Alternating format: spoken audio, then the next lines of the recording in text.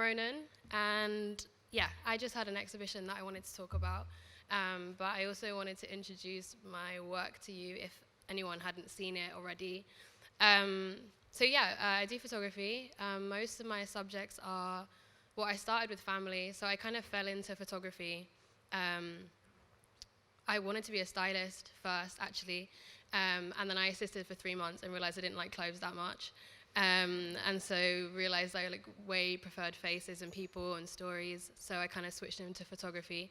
And it's been 4 years now that I just kind of rolled with it. I just started shooting, my mom, similar to Duncan, friends, family, pretty much anyone, my boyfriend, anyone who would let me take pictures of them.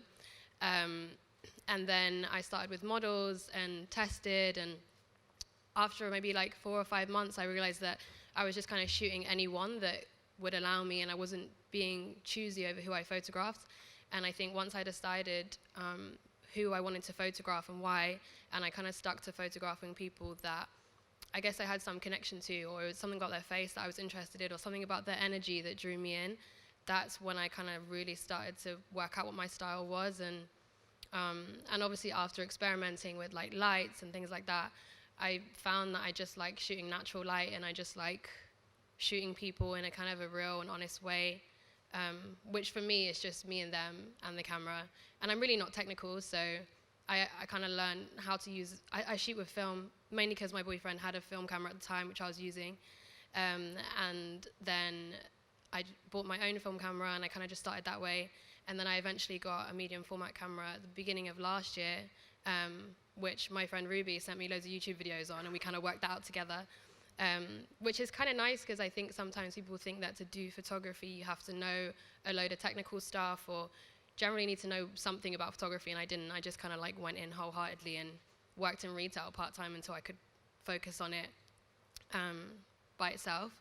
And I kind of think I learned a lot from retail too, because I mean, I think if anyone's worked in Stratford Westfields like I have, then you can kind of deal with any other any other situation. So I shoot, I guess a lot of people say that my work is diverse, because I shoot a mixture of races and ages, and I guess that's also something that I didn't really think about until maybe 2 years ago when diversity came into fashion. I just shot people that were around me, and I've always been inspired by different kinds of people.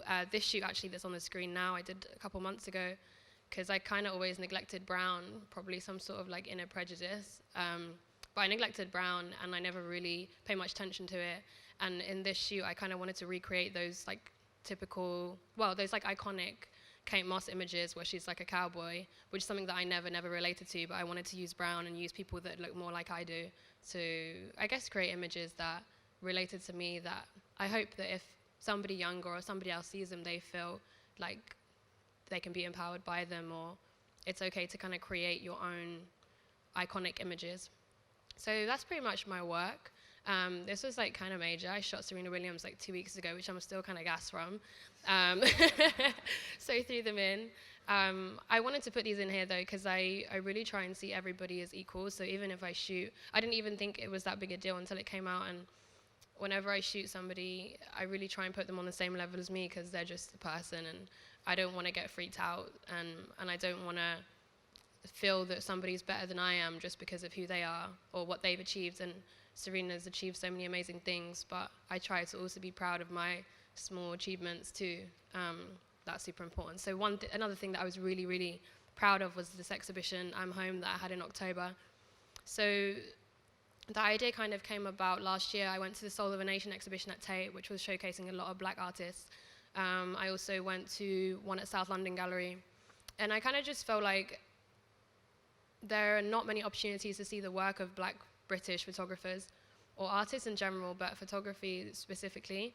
And so I feel like that's something that I would really have enjoyed. And so I tried to get funding. I tried to get Arts Council funding, and that just flopped because that takes forever. And also, it's really hard if you don't know how much things are going to end up costing, or where exactly you're going to do it. There are some loopholes, but for me, it would seem like I kind of needed to be in the know of how to even fill out an Arts Council application.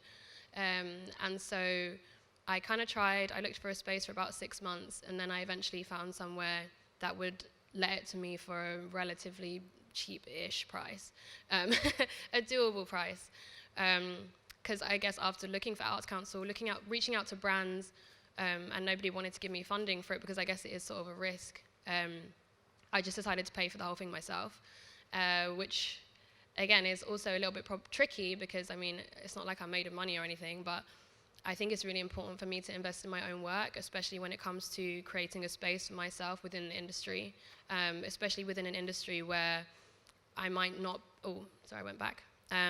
I might not be the first person that would get given a job. It's important that I put my own money into projects that not only give me space, but give people like myself space. So the show was 4 Black British female photographers, myself, one newer one, Ria Dillon, and 2 established ones, Liz Johnson-Arter and Joy Gregory. And people always kind of ask me, like, how did you get them involved? And I literally just emailed them. I just went to their websites and just emailed them. I think it seems harder than it is sometimes. I was saying this to somebody the other day, I'm just the master of email and bug until somebody replies, and I think that's legit, like that's fine. Because I think if I don't send the email, then they're never gonna get the message, and it's worth a try. Like, I didn't really prepare that well for this talk. I'm just kind of winging it now, but I thought, like, what's the worst that's gonna happen? So if I don't email, they're definitely not gonna do it, but if I email, they might reply, like, who knows, and they did. So it was them, and the show was on for 9 days because I wanted it to be an art space that people come to, and they come back to, and there's things going on that make them feel comfortable. It feels like a home. I hired quite a few people in this process. I mean, it was only a tiny bit, but I really wanted to give them monetary appreciation for the work that they were doing. I think as a creative, it's really easy to do a load of free stuff, and I think I've done a ton of free stuff, and there are some projects that are paid and there are some that aren't. But if I'm asking somebody for their skills, and if I have the capacity to give them a little bit of money for their time, then I did. So I had 2 girls helping me with the interior design, and I had loads of different workshops. There was like Nadina Jawari did a talk, there were 2 supper clubs, there was a film night, there were all of these things that I just thought would help people engage with the space. Because of course it was about the work, and the whole concept of the show was home and family, but to me home is somewhere that I feel comfortable to just kick back and like relax and read, and I don't feel rushed. And I feel like a lot of time in galleries when I go there, I feel like I go in, I see the work, and I come out and I don't relate to the space, or I don't relate to anything within the space because I don't feel like it was designed for me. And although the work only had the work of Black British females, the space was just open to anyone. One thing that I did with the show that was really, really special to me is I donated, I mean, obviously I lost like a ton of money. This wasn't about money for me, this project, but to come to all of the events, it was £5, and then that could either be refunded when you come, because £5 to me now isn't much, but there have definitely been times, even earlier this year, where I didn't have £5. I did like a big shoot for Nighttown, and it was in the store, but that time I didn't have money because I'd been paid so late that me and my boyfriend had to cycle there, because I was like, can't get on the bus today, so gonna cycle to Oxford Circus, which is fine. But I think, well, I'm not sure where I was going with that, but yeah, I'm not sure where I was going with that, but anyway, oh, sorry, £5. So £5 might not be a lot to some people, but to some people it is a lot, and I wanted everything at the space to be accessible, so that's why I had a refund option, or the £5 can get donated to this really cool charity called Hackney Quest, and what they do is work with young people and families in the area, just providing a lot of support between like families and schools, and just giving opportunities, and just trying to, I guess, get the minds of young people in Hackney going, and giving them the support they need to do that. And that was really special to me because my dad's from Hackney, I'm from Walthamstow, which is not really far, and I guess I really try in my work that it's relatable when you look at it, but just the fact that I kind of created something that other people will actually benefit from is really, really special, more than just being a show that's nice to come to, which is great, and I think even if it was just that would have been absolutely fine. But the fact that someone can come, have dinner, talk to somebody, I guess it's space kind of like tonight where maybe you'll speak to somebody that you didn't know before, that's really special. So that's kind of how I did it. I just paid for everything. I guess money can do a lot of things. Can't make you happy, but it can enable you to do things, and I want to share opportunities with people.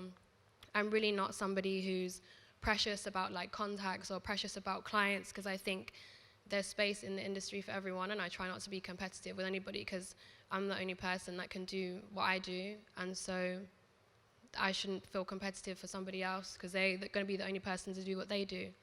And I guess the summary is that I wanted to have a show next to Liz Johnson Arthur. I wanted to be in a show with her work, so I created an opportunity for myself to do that.